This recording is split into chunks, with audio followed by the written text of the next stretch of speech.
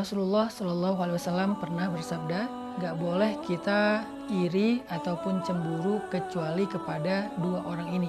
Salah satu di antara dua orang ini adalah orang yang Allah berikan harta yang berlebih, kemudian dia menghabiskan harta itu di jalan Allah SWT. Ini orang yang layak kita cemburui. Bahkan ini termasuk di antara rasa cemburu yang berpahala malah. Jadi artinya kalau misalnya kita cemburu pada orang kayak gini, kita dapat pahala dari rasa cemburu kita, apalagi kalau kita meniru. Makanya dulu di antara para sahabat miskin pernah ada yang curhat ke Nabi gini, ya Rasulullah, orang kaya itu memborong pahala. Kata Nabi, kaifa dzalik? Gimana maksudnya? Kalau kami sholat, mereka sholat. Kalau kami puasa, mereka puasa. Kalau kami zikir, mereka zikir. Kalau kami baca Quran, mereka baca Quran. Tapi kalau mereka sedekah, kami nggak bisa sedekah.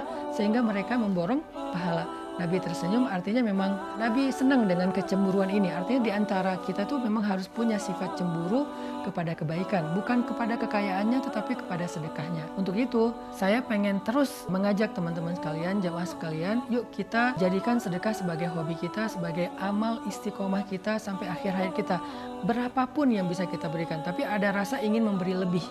Nah, bagaimana cara biar sedekah ini menjadi pahalanya berlipat ganda, pahalanya bukan hanya seangka yang kita berikan, maka bersedekahlah secara jama'i, secara berkelompok, berjamaah, jangan sendiri.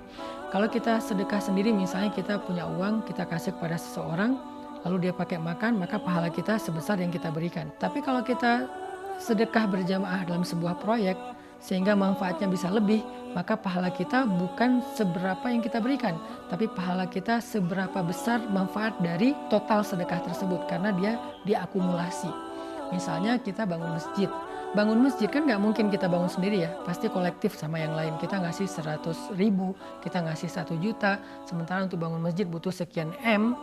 Sebutlah kayak Masjid Rohilah, kita butuh dana sekitar 4 miliar, sekarang kita baru selesai 2 miliar, masih setengah lagi.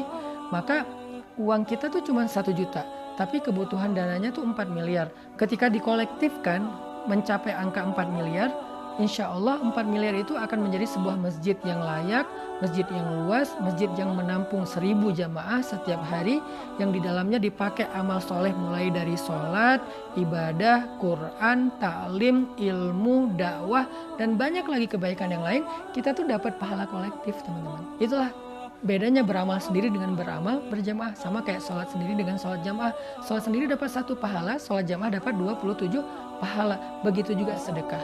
Kalau kita sedekah sendiri, uang kita kasih kepada orang yang membutuhkan, baik, dan kita dapat pahala dari sedekah itu. Tapi kalau kita sedekah berjamaah untuk sebuah proyek, baik itu membangun masjid, membangun sekolah, menyantuni anak yatim atau orang miskin, tapi sifatnya jamaah, kita dapat pahala dari kebermanfaatan yang lebih besar itu secara kolektif. Maka ayo kita sama-sama terlibat dalam proyek langit membangun Masjid Rohilah atau Masjid Pemuda yang ada di pesantren.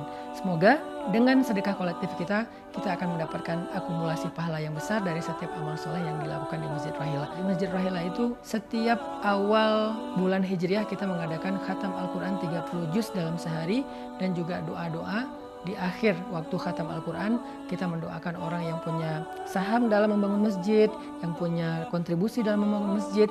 Kita doakan orang-orang tua kita, guru-guru kita, dan kita mengharapkan yang terbaik dari pahala-pahala untuk mereka semuanya.